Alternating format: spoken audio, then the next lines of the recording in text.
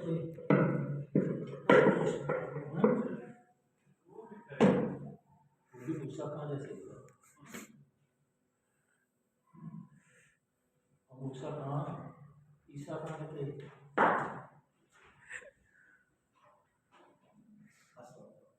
بھی پھڑ لیا کرسی، وہ بھی کرسی پکڑ لیا.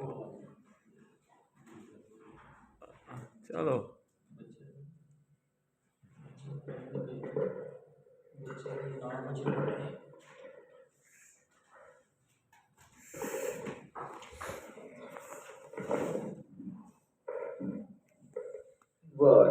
سبحان یا اللہ سجادے.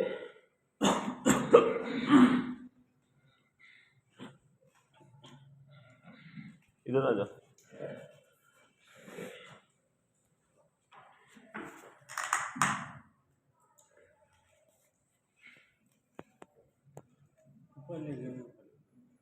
سیدھا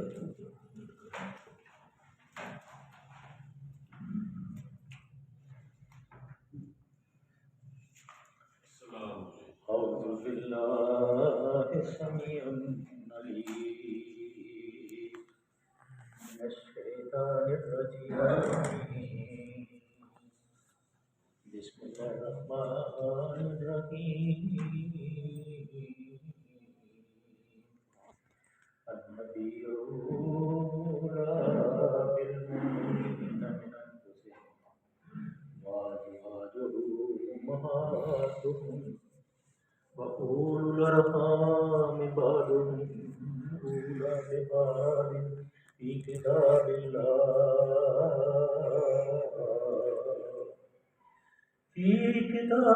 الله من المؤمنين والمهاجرين أن تفعلوا إلى أوليائكم معروفا كان ذلك في الكتاب مسطورا وإذا أخذنا من النبيين ميثاقهم ومنك ومن نوح وإبراهيم وموسى وعيسى ابن مريم وأخذنا منهم ميثاقا غليظا. صدق الله العلي العظيم وصدق رسوله النبي الكريم ونحن على من الشاهدين والشاكرين والحمد لله رب العالمين. میں نے اس کے سورہ جو احزاب ہے اس کے شروع میں آپ سے کر دی تھی. اس میں زیادہ تر احکام جو ہیں وہ اللہ نے نازل فرمائے ہیں اور باقی جنگ احزاب کا کچھ معاملہ ہے اور جو لے پالک متبنہ جو ہوتے ہیں ان کا معاملہ ہے وہ پیچھے گزر چکا کہ اللہ نے فرما دیا کہ جو متبنہ ہے جو لے پالک ہے وہ تمہارا بیٹا نہیں ہے، وہ تمہارے سلب سے نہیں ہے، وہ تمہارے نام سے نہیں پکارا جائے گا. جب یہ وحی آ گئی تو پھر زید بن حارثہ جو تھے وہ پہلے ان کو زید بن محمد کہتے تھے. تو سب سے پہلے اللہ نے اس کو توڑا کہ وہ زید بن حارثہ ہیں، زید بن محمد نہیں، اور نہ ہی وہ جو متبنہ ہے اس کو وراثت پہنچتی. اس لیے اگر آپ وصیت کرتے یا کوئی خوشی سے ان کو کوئی ودیعت دینا چاہیں تو وہ ایک علیحدہ سبجیکٹ علیحدہ بات ہے. یہ دوسرا مطلب اللہ نے یہ فرمایا کہ دانستہ افعال پر اللہ گرفت نہیں کرتا. نادانستہ کہ اگر آپ کسی کو بیٹا کہہ لیتے ہیں، بیٹی کہہ لیتے ہیں، آپ کے تحت و شعور میں یہ بات نہیں ہے، یہ تو آپ احترامت کہہ رہے ہیں، اس کے اوپر اللہ آپ کی گرفت نہیں کرے گا. ہاں اگر آپ اس کو جان بوجھ کے یہ بات کریں گے تو پھر وہ اس کے اوپر آپ کی گرفت ہوگی. اب ایک بڑا اہم معاملہ ہے جو آج اللہ نے ڈسکس کیا ہے اور اس کو بڑے غور سے پڑھنے کی ضرورت ہے. فرمایا النبی اولی بالمؤمنین من انفسہم وازواجہ امہاتہم. بلا شبہ آقا دو جہاں صلی اللہ علیہ وسلم اہل ایمان کے لیے ان کی ذات پر مقدم ہیں. اللہ فرما رہے ہیں کہ اہل ایمان پر اللہ کے رسول مقدم ہیں. ہماری جان کوئی حیثیت نہیں رکھتی. اللہ کے رسول جو ہیں ان کے اوپر ہماری جان فدا ہو سکتی ہے ان کے قدموں پہ نثار ہو سکتی ہے، لیکن وہ ہم ان کے تابع دار رہ سکتے ہیں۔ اور اللہ تعالیٰ فرماتے ہیں کہ وَأَزْوَاجُهُ بِالْمُؤْمِنِينَ مِنْ أَنفُسِهِمْ وَأَزْوَاجُهُ أُمَّهَاتُهُمْ، اور نبی کی بیویاں ان کی مائیں ہیں۔ وَأُولُو الْأَرْحَامِ بَعْضُهُمْ أُولُو بِبَعْضٍ فِي كِتَابِ اللَّهِ مِنَ الْمُؤْمِنِينَ وَالْمُهَاجِرِينَ إِلَّا أَن تَفْعَلُوا إِلَىٰ أَوْلِيَائِكُم مَّعْرُوفًا كَانَ ذَلِكَ فِي الْكِتَابِ مَسْطُورًا۔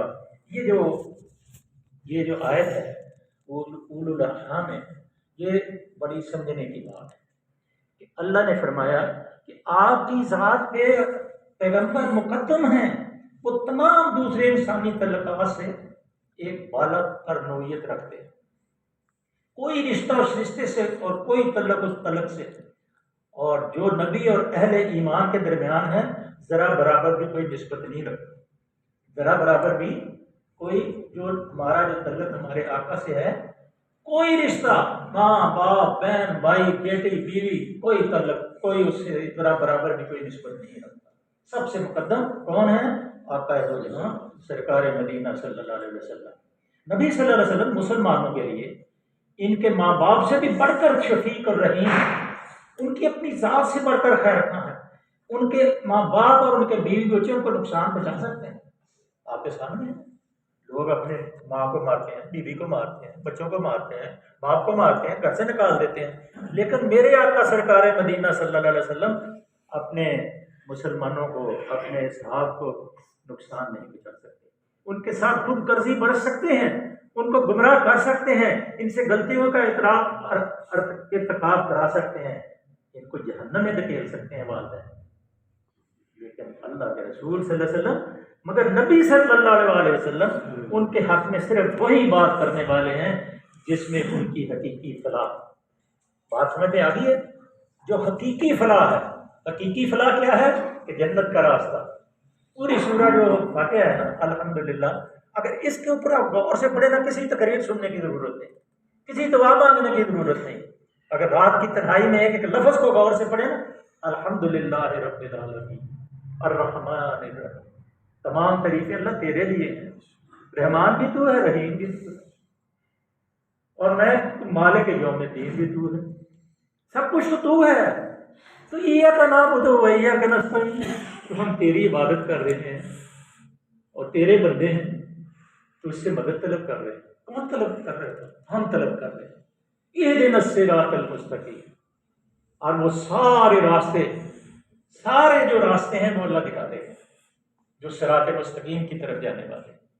یہ ایک چھوٹی سی تقریر ہے، چھوٹا سا ایک نقطہ ہے، اگر یہ ساری 20-25 منٹ کی آپ خلاصہ سمجھ لیں، یہی سمجھ لیں کہ آپ کو اگر جنت میں جانا ہے تو اہدنا الصراط المستقیم صراط الذین انعمت علیہم غیر المغضوب علیہم ولا الضالین، یہ سیدھا سوال ہے، لیکن ہم قرآن کے اوپر ایسے آنکھیں بند کر کے گزر جاتے ہیں۔ مولوی صاحب نے پڑھ دی ہے لیلا پہ قریش ایلا پہ، بس وہ پڑھ دیا ہے، ہمیں نہیں پتا کیا پڑھا ہوں، اب وہ پڑھ گئے ہیں، پڑھنے کے بعد بیٹھ گئے، بس ٹھیک ہے، لیکن ہمیں بھی غور کرنا چاہیے کہ مولوی صاحب نے لی لاف قریشی لاف ریلت الشفاء والسیف فلیعبد رب هذا البیت کیوں پڑھا ہے؟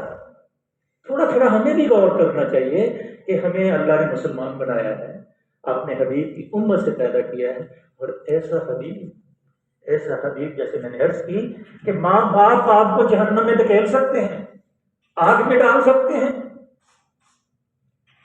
تمہارا نقصان کر سکتے ہیں، لیکن آقا دو جہاں سرکار مدینہ صلی اللہ علیہ وسلم اپنی امت کا کوئی نقصان نہیں کر سکتے۔ اب یہ ذرا غور فرما دیں، فرمایا وہ خود اپنے پاؤں پر آپ کلاڑی مار سکتے ہیں، حماقتیں کر سکتے ہیں، اپنے ہاتھوں سے اپنا نقصان کر سکتے ہیں، لیکن نبی صلی اللہ علیہ وسلم کے لیے وہی کچھ تجویز کریں گے نبی صلی اللہ علیہ وسلم جو فی الواقعہ اس حق میں نافع، جو آپ کے فائدے کی بات ہے وہی نبی صلی اللہ علیہ وسلم تجویز کریں۔ اس لیے سب سے افضل بات قرآن اور سب سے افضل بات میرے آقا سرکار مدینہ صلی اللہ علیہ وسلم۔ کسی اسمبلی کی، کسی عدالت کی، کسی قانون کی کوئی جو حیثیت نہیں ہے قرآن کے سامنے۔ مرنا ہے انشاءاللہ قیامت کے دن اللہ کے سامنے پیش ہوں گے، اور اللہ ہمیں اس گروہ میں شامل کرے جو اس قرآن کو زمین پہ نافذ کرنا چاہتے ہیں، یہ ہمارے لیے اعزاز بن جائے اور اللہ ہمیں جنت والا بنا دے۔ جب معاملہ یہ ہے تو نبی صلی اللہ علیہ وسلم کا بھی مسلمانوں پر یہ حق ہے۔ اب یہ جب اللہ کے نبی اتنے شفیق ہیں، اتنے رحیم ہیں، اتنے کریم ہیں، اتنے مہربان ہیں، تو مسلمانوں پر یہ حق ہے کہ وہ آپ کو اپنے ماں باپ اور اپنی اولاد سے بھی زیادہ عزیز سمجھیں۔ کیا سمجھیں؟ اپنے ماں باپ سے، اپنی اولاد سے۔ لیکن ہم سمجھتے نہیں ہیں۔ اگر ہم سمجھتے ہوں تو پھر ہماری کیفیت بدل جائے۔ ہم سلواریں ضرور اوپر کرتے ہیں، ہم پٹکے ضرور باندھتے ہیں، لیکن حلق سے اوپر ہماری بات ہوتی ہے۔ یہ دل سے جو بات نکلتی ہے اثر رکھتی ہے، اور نہیں مگر طاقت پرواز رکھتی ہے۔ یہ آ جو ہے نا، یہ آ دل سے جو نکلتی ہے وہ اثر رکھتی ہے۔ دل سے جب کہیں گے کہ آقا ہم تیرے غلام ہیں، غلام ہیں، اور غلامی رسول میں موت بھی قبول ہے، جب دل سے ہم کہیں گے تو دنیا لرز جائے گی۔ آج ہی آپ نے دیکھا ہوگا کہ بگولا چلا انڈونیشیا میں جکارتا کے علاقے مارتے اڑا کے لے گیا، کوئی چیز اس نے نہیں چھوڑی۔ جب اللہ کے ایسے طوفان آ سکتے ہیں تو اللہ تو سب کچھ کر سکتا ہے۔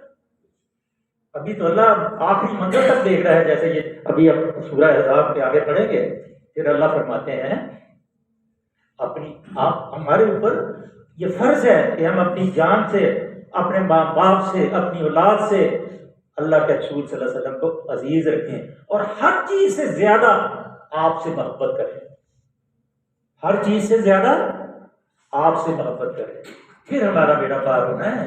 یہ ایسے چھوٹی موٹی بات نہیں ہے۔ وہ دیکھو آئے حبیب بن نبی پیچھے ہم نے پڑھا تھا کہ وہ سورہ سجدہ کے اندر جب اسی صورت کے اندر وہ آئے گا قصہ کہ وہ اغوا کر کے لے گئے تھے، اور پھر انہوں نے مکے کے پاس بیچ دیا تھا، مکے کے دشمنوں کے پاس 5 کو شہید کر دیا، 2 کو ان کو بیچ دیا تھا، اور چھوٹے چھوٹے ٹکڑے کرتے تھے روز، اور ہر ٹکڑے سے آواز آتی تھی اشہد لا الہ الا اللہ اشہد ان محمد رسول اللہ۔ ہم کدھر بیٹھے ہیں عزیزو؟ ہم دعویٰ کرتے ہیں مسلمانی کا، لیکن ہماری مسلمانی جو ہے نا مسجدوں تک محدود ہے یا ہمارے دلوں تک محدود ہے۔ اپنی رائے پر، آپ کی رائے کو، اپنے فیصلے پر آپ کے فیصلے کو مقدم رکھیں، آپ کے ہر حکم کے آگے سر تسلیم خم کر دیں۔ یہ سورت جو ہے اس میں احکام زیادہ نازل ہے۔ اسی مضمون کو نبی صلی اللہ علیہ وسلم نے اس حدیث میں ارشاد فرمایا ہے جسے بخاری، مسلم وغیرہ نے تھوڑے سے لفظی اختلاف کے ساتھ روایت کیا ہے۔ تم میں سے کوئی، وہ بہت مشہور حدیث ہے، تم میں سے کوئی شخص مومن نہیں ہو سکتا جب تک میں اس کو اس کے باپ، اولاد اور تمام انسانوں سے بڑھ کر محبوب نہ ہوں۔ اگر تمہارے فاروق رضی اللہ تعالیٰ کو آپ نے یہ ارشاد کہا فدا کامی غامی، یا رسول اللہ صلی اللہ علیہ وسلم سب کچھ فدا ہے، مجھے سب سے زیادہ عزیز آپ ہیں۔ اور پھر آگے جو مضمون ہے اس کی خصوصیت کی بنا پر اوپر مذکور نبی صلی اللہ علیہ وسلم کی خصوصیت یہ بھی ہے کہ مسلمانوں کو اپنی منہ بولی مائیں تو کسی معنی میں بھی ان کی ماں نہیں ہے۔ جو پیچھے اپنے میں نے عرض کی تھی نا کہ جو منہ بولی مائیں ہوتی ہیں، ہمارے ملک کی خواتین کو اپنی ماں میں کہہ دیتے ہیں، وہ کسی صورت میں ہماری مائیں اور بہنیں نہیں ہیں، لیکن اللہ کے رسول صلی اللہ علیہ وسلم کی بیگمات جو ہیں، امہات مومنین جو ہیں، وہ ہماری مائیں ہیں، وہ ہماری مائیں ہیں۔ پتہ نہیں یہ قانون کا معاملہ ہے، ذرا تھوڑا سبق سیکھنے کا معاملہ ہے۔ وہ ہماری مائیں ہیں، دوسری کو اسی طرح اس کے لیے بھی حرام ہے جس طرح ان کے حقیقی مائیں، جس طرح ہماری حقیقی مائیں ہمارے لیے حرام ہے، اسی طرح نبی صلی اللہ علیہ وسلم کی امہات المومنین تمام امت کے لیے حرام ہے۔ ہر ایک سے پردہ اللہ نے فرمایا۔ یہ مخصوص معاملہ نبی کریم صلی اللہ علیہ وسلم کے سوا دنیا میں کسی انسان کے ساتھ نہیں ہے۔ ذرا غور کرنے کی بات ہے۔ اس سلسلے میں یہ بھی جان لینا چاہیے کہ ازواج نبی صلی اللہ علیہ وسلم صرف اس معنی میں امہات مومنین ہیں کہ ان کی تعظیم، تکریم مسلمانوں پر واجب ہے، ان کے ساتھ کسی مسلمان کا نکاح نہیں ہو سکتا۔ باقی دوسرے اقوام میں وہ ماں کی طرح نہیں ہیں، مثلا ان کے حقیقی رشتہ داروں کے سوا باقی سب مسلمان ان کے لیے غیر محرم، اگر ماما ہے، چاچا ہے، باقی سب غیر محرم ان کے لیے۔ ان کے لیے سب غیر محرم جن سے پردہ واجب تھا، ان کی سب اولادیاں مسلمانوں کے لیے ماں جیسی نہیں، بہنیں نہیں کہ ان سے بھی مسلمانوں کا نکاح ممنوع ہوتا۔ اس کے بھائی بہن مسلمانوں کے لیے خالہ اور ماموں کے حکم میں نہ تھے، ان سے کسی غیر رشتہ دار مسلمان کو وہ میراث نہیں پہنچتی، نبی کی کوئی وراثت نہیں، اور جو امہات المومنین ہیں ان کی کوئی وراثت دوسروں کو نہیں پہنچتی۔ یہ ذرا جس سے جھگڑا ہے نا، وہ جھگڑے کی بنیاد بھی آگے آ گئی۔ یہاں یہ امر بھی قابل ذکر ہے کہ قرآن مجید کی روح سے یہ مرتبہ تمام ازواج نبی صلی اللہ علیہ وسلم کو حاصل ہے، جسے لامحالہ حضرت عائشہ رضی اللہ تعالی عنہا بھی اب اس میں شامل ہے، لیکن ایک گروہ نے جنہوں نے حضرت علی کے خاندان کو، جیسے میں نے پہلے عرض کیا تھا، حضرت علی کے خاندان کے ارد گرد اپنی جو مذہب کی بنیاد ہے وہ گھما دی ہے، اور بس وہ حضرت علی کے آگے نہیں بڑھتے، وہ جو کچھ کہتے ہیں حضرت علی ہے، باقی سب کچھ مولود کعبہ بھی ہے، سارا کچھ ہے۔ حضرت علی فاطمہ رضی اللہ تعالیٰ عنہ ان کی اولاد کو مرکز دین بنا کر سارا نظام دین انہی کے گرد گھما دیا، اور اس بنا پر دوسرے بہت سے صحابہ کے ساتھ حضرت عائشہ کو بھی ہدف تنقید بنایا ہے، لان تان کیے جو ہماری زبان پہ نہیں آ سکتے۔ بہت سے اور بھی جید صحابہ ہیں جو بدر کے صحابی بھی ہیں، احد کے صحابی بھی ہیں، جو خندق کے صحابی بھی ہیں، جو خیبر کے صحابی بھی ہیں، اور کریزہ کے صحابی بھی ہیں، لیکن ان کو بھی انہوں نے بنایا۔ اللہ فرماتے ہیں اپنی ماں، ہر اس شخص کو انہیں اپنی ماں تسلیم کرنا پڑتا ہے جو ایمان کا مدعی ہو۔ جب اللہ نے کہہ دیا یہ تمہاری مائیں ہیں، تو جو حضرت عائشہ صدیقہ رضی اللہ تعالیٰ عنہ کو اپنی ماں کے زمرے سے خارج کرے گا کہ وہ اس کا ایمان باقی رہ جائے، بتائیں کہ رہ جائے گا ایمان؟ زبان سے بتائیں، بالکل نہیں رہے گا۔ صدیق کی بیٹی عائشہ رضی اللہ تعالیٰ عنہ آخری وقت مسواک کے بعد اللہ کے رسول نے کہا مت مسواک، آپ نے مسواک اپنے دانتوں سے چبا کے، اور پھر لب ہل رہے تھے، کان لگایا، دیکھیں کیا کریں، اللہ سے کہہ رہے ہیں اللہ میری امت کو معاف کر دے، میری امت کو معاف کر دے، یار ہم بدبخت لوگ ہیں، ہمارا کیا بنے گا؟ اس لیے اللہ فرماتے ہیں اس شکل کو اس مشکل کو رفع کرنے کے لیے یہ عجیب و غریب دعویٰ کیا گیا۔ یہ ایک دعویٰ انہوں نے کیا ہے کہ مرنے کے بعد اللہ کے رسول صلی اللہ علیہ وسلم نے وصیت کی حضرت علی کو کہ تو میرے بعد جو میری بیوی تیرے حکم کو نہ مانے تو اس کے خلاف میں میری زوجیت سے اس کو طلاق دو۔ مرنے کے بعد کوئی طلاق دے سکتا ہے جی؟ یہ ایسے بے ڈھنگے بے کوئی بغیر بنیاد کے سارے معاملے ہیں۔ اللہ فرماتے ہیں یہ جو لکھا ہوا ہے سارا، لہذا اصولی روایت کے اعتبار سے تو یہ روایت درج ہے کہ میری بیویوں سے جو بھی میرے بعد تیرے خلاف خروج کرے تو تجھے اختیار ہے کہ تو اس کو طلاق دے سکتا ہے۔ نبی صلی اللہ علیہ وسلم اللہ استغفر اللہ توبہ نعوذ باللہ جو شرع دین ہے، جو قرآن ہے، بالکل قرآن ہے، جو قرآن جن کے اوپر نازل ہوا ہے، ان کے بارے میں یہ کہہ رہے ہیں۔ اب ان کا کیا انجام ہوگا یہ اللہ جانتا ہے، لیکن کیونکہ یہاں ہر ملک کی کوئی فقہ ہے، یہ ہمارے ملک میں کوئی فقہ نہیں، یہاں فقہ کوئی اہل حدیث ہے، کوئی دیوبندی ہے، کوئی بریلوی ہے، لیکن وہ بھی بریلویت بھی صحیح بیان نہیں کرتے، دیوبندیت بھی صحیح بیان نہیں کرتے، وہ بس ایک کھیل تماشا لگے رہتے ہیں۔ حالانکہ قرآن کو بیان کرنا چاہیے، یہ جتنے مسائل ہیں لوگوں کو بتانا چاہیے، علمی گفتگو کرنی چاہیے، تاکہ جو 10 20 25 منٹ ہفتے کے بعد ہمارے پاس آتے ہیں ان کو علم کی گفتگو بتائیں بھی یہ اللہ نے لکھا ہوا ہے، تاکہ تھوڑا بہت تو لوگوں کو علم ہو کہ یہ اللہ نے کیا لکھا ہوا ہے قرآن کے اندر۔ اس لیے ہمیں یہ سمجھنے کی کوشش کرنی چاہیے۔ اصولی روایت کے اعتبار سے تو یہ روایت سراسر بے اصل ہے، لیکن اگر آدمی اسی صورت آگے پھر کی، یہ میں فکرہ مکمل کروں پھر بند کرتا ہوں، آگے جا کے 51 اور 52 آیت آئے گی انشاءاللہ تعالیٰ، اس میں اس کی وضاحت آ جائے گی۔ یہ روایت قرآن کے بھی خلاف پڑتی ہے، کیونکہ آیت تطہیر جو کے بعد جن ازواج مطہرات نے بہرحال رسول اللہ صلی اللہ علیہ وسلم ہی کی رفاقت کو اپنے لیے پسند کیا تھا، انہیں طلاق دینے کا اختیار حضور کو باقی نہ رہا۔ موت سے پہلے جو آپ کے ساتھ ہی ان کو مرنے کے بعد کوئی طلاق کا اختیار رسول کو بھی نہیں تھا۔ یہ جائے کہ یہ گندے لوگ جو ہیں یہ اپنی باتیں کہتے ہیں۔ پھر فرمایا علاوہ بری ایک غیر متعصب آدمی اگر محض عقلی سے کام لے کر اس روایت کے مضمون پر غور کرے تو صاف نظر آتا ہے کہ یہ انتہائی لغو اور رسول پاک صلی اللہ علیہ وسلم کے حق میں سخت توہین امیز اس طرح ہے۔ رسول کا مقام تو بہت بالاتر ہے، ہماری حیثیت کے ہم سوچ نہیں سکتے، مقام بڑا ہے، سدرۃ المنتہا سے بڑا ہے۔ ایک معمولی شریف آدمی سے یہ توقع نہیں کی جا سکتی کہ وہ اپنی وفات کے بعد اپنی بیوی کو طلاق دینے کی فکر کرے گا اور دنیا سے رخصت ہوتے ہوئے اپنے دماغ کو یہ اختیار دے دے، اور رسول کے اوپر یہ تہمت لگاتے ہیں۔